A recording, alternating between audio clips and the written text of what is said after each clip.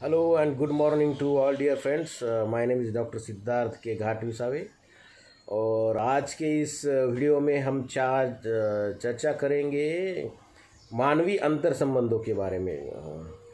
Dale Carnegie जो human relations के best researcher जिनको कहा जाता है और जिन्होंने दुनिया को मानवीय अंतर संबंधों के संदर्भ में इन्फ्लुएंस किया है, इसलिए उनकी एक बहुत बेस्ट सेलर बुक भी है। उस बुक का नाम है how to win friends and influence people.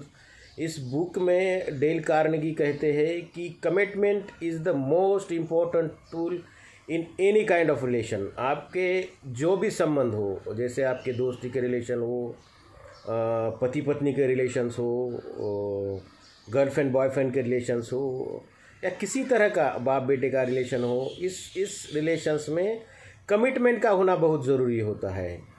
और अगर आपके रिलेशंस में कमिटमेंट नहीं है तो समझ लीजिए कि वो रिलेशंस जल्दी ही ब्रेक हो सकता है, उसको कैंची चल सकती है।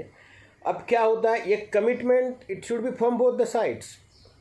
कुछ समय में ऐसा किया जा सकता होता है कि बाबा एक वन साइडेड पर्सन, समझो दो लोग है, एक वाइफ एंड हस्बैंड है या गर्लफ्रेंड बॉयफ्रेंड है, अगर कोई उस पर कमिटमेंट इम्पोज करने का प्रयास करता है, अगर उस कमिटमेंट पर दूसरा जो भी है वो अगर खरा नहीं उतर सकता तो उसने किसी भी हालत में उस कमिटमेंट में हाँ नहीं कहनी चाहिए।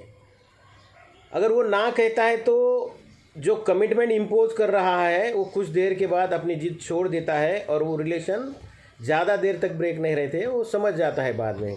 लेकिन वो फोर्स कर रहा है, इसलिए आप उसके साथ कमिटमेंट करते हो और उसके बाद उसको पता चलता है कि ये कमिटमेंट ब्रेक हो रही है, तो इट हर्ट्स मोर।